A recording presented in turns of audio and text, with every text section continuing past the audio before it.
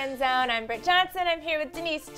What's up, guys? And Matt Demecki. What up, what up? How are we doing today? Awesome, Great, awesome. Really good. I love your Fumble shirt. You guys, if you want the shirt that Denise is wearing, you can purchase it at the Fumble store. It is the Michael Jordan GOAT shirt, which is one of my favorite ones. It's one of my favorite ones, too. We have a GOAT one for his boy, LeBron James. Get the you guys LeBron want one that because that's one, the true GOAT. That's I think the you true should GOAT. get the Michael Jordan one. Get that. Or get both if you want. Yeah, you well, know? speaking of a guy that could possibly be a GOAT one day, Josh Rosen is the quarterback for UCLA and could potentially be the first-round pick in the 2018 draft. Now, he came out in an interview that he had with Bleacher Report and said this: "Look, football and school don't go together. They just don't. Trying to do both is like trying to do two full-time jobs. There are guys who have no business being in school, but they're here because this is a path to the NFL. There's no other way." Do you guys think that this is true? It's a little difficult to say just because you need school to apply to the real life. Like, you can't just be all like sports, football all the time. Like, you have to have a balance of both worlds because it's not like you're gonna live in a field the entire time. I'm gonna go to the store, I'm gonna go to the bank, I'm gonna open a business, and you can't remain ignorant your whole life. So for him to say that is almost like, well, maybe it's time for you to just refresh those skills and go back to school, because how are you expecting these players to live beyond the NFL without school? Yeah, I mean, it's crazy. Like, I think he's absolutely right. Like, I mean, it is two full-time jobs, and at the same time, you don't get paid for it. You don't. You know? So you're basically... it depends. You do get paid for it, just in a different kind of way. Like, you're getting paid through experience and through knowledge, so. Intuition. Yeah. But also, when you... It's tough because you don't have money on the side either. And like when you're at football practice, you got to come home, you got to do your homework, you got to wake up, you got to go to class, and then on weekends you're traveling as well. So if you're going to an away game, so I totally understand where he's coming from. Players need to be paid. I've been on that situation since day one. Players need to be paid. I think there needs to be a way to like figure that out, like how that's going to happen. But with him saying that guys can't be both great football players and great in the classroom, I think is where I thought it was weird, because look at Richard Sherman. I mean, he's a genius and he was able to do school and football. Yes, he did. He did come out saying that it's very difficult to do both. It is probably one of the hardest things because these guys are full-time in school and they're full-time on the field too.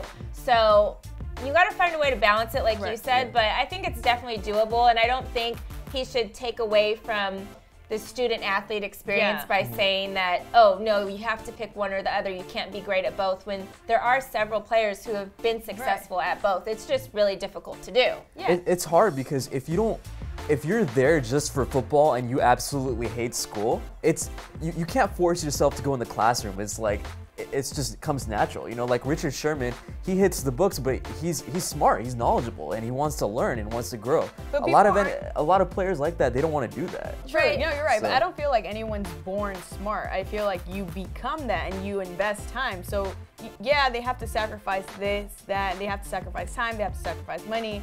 You know, they might not have the same luxuries as just that student alone, but you're investing for something that's a lot greater than a lot of your peers in your classes. So yeah, they might be a little broke because they have two full-time jobs right now, but they're on their way to make a lot of money. And a lot of school, even if they don't make the big league, then a lot of these companies, they look for student athletes because they have characteristics that they want in their company. So I don't know, it doesn't make sense for someone to say that you can't do both and you're not getting paid to do one, because you're getting paid in a different way. Right, and for him as a quarterback of all things, I think is the most ignorant thing to say, because to be a great quarterback, you have to study and you have to be smart with the game of football. So you have to have some kind of brains in there to be a great quarterback, you know? So for him to say that, oh, school's secondary, I guess maybe he's thinking of his football skills, like I gotta focus on, you know, game plans and plays versus focus on the books, maybe. But like to say like you can't do both was like ridiculous to me. I don't know. I don't even know what to say to this guy. Bro, hit the books, man. And especially, I mean, most of these guys are not going to get to play at a professional level. Like, how many guys actually make those teams. I don't know if you guys watch, but I'm a huge fan of Last Chance U on Netflix. Oh, yeah, that's a That good is show. probably one of my favorite shows. And it takes guys who actually failed in the classroom and they ended up getting kicked out of their school a lot of the times, and then they have to go back and try to get their grades to a certain level to be able to then play at D1 schools. So you can't say you have to pick school or football because you have to get certain grades in school to be able to play football. And don't teach these young kids that, oh, if I want to be a great football player, then I just need to focus on football and not focus on school, because that's the wrong way to do it. One of my friends said there 1% of the world or of America is like millionaires. Of that 1%, the majority of those guys, 3 million of those people are doctors, investment bankers, stuff like that.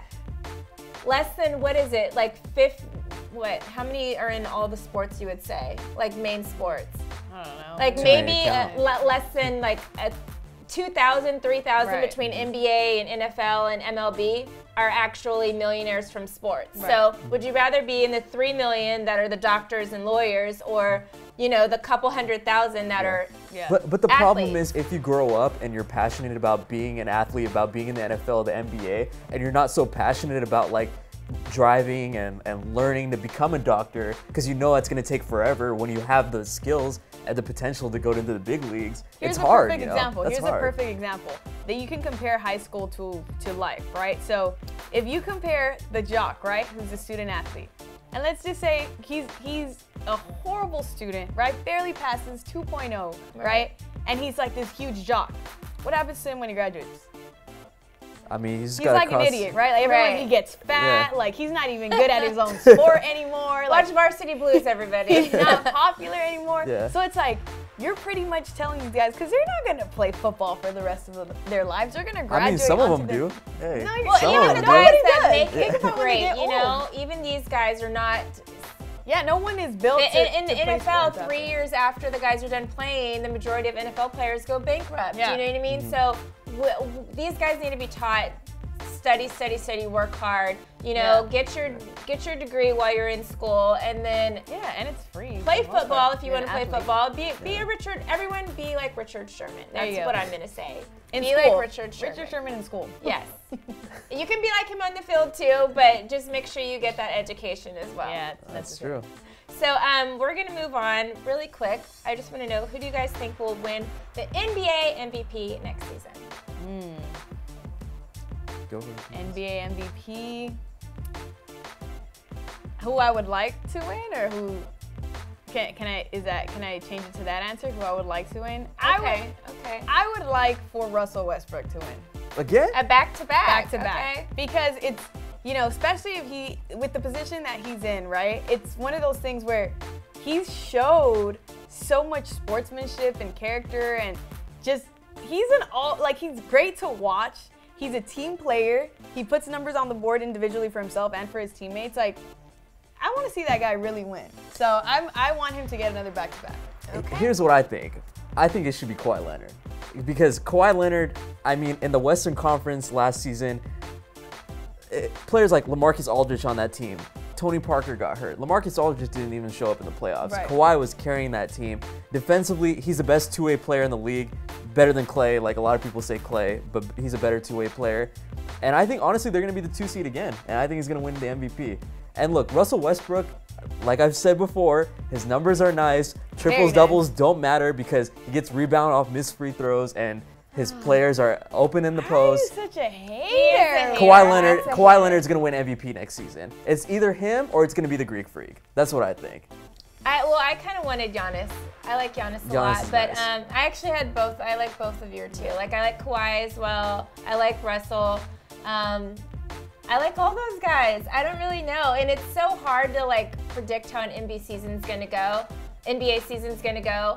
I would like to see what Russell Westbrook does now that he has Paul George there, and see what they can do as like a tandem together. And I think that's really going to determine if Russell Westbrook is still at that level, if he can still compete with another superstar on the team, because we know before, they had issues with like who's the star of the show. So if he can still compete at that level and get even better with Paul George, I think that'll solidify him as like an NBA MVP. I think so too. So we are going to wrap it up for the day. Who do you guys think is NBA MVP for next season? And also, do you think Josh Rosen is correct? Is an athlete separate from a student, or can they do both? Let us know in the comments below. Get this Fumble shirt if you want. Shop our Fumble store, and we will see you guys next weekend.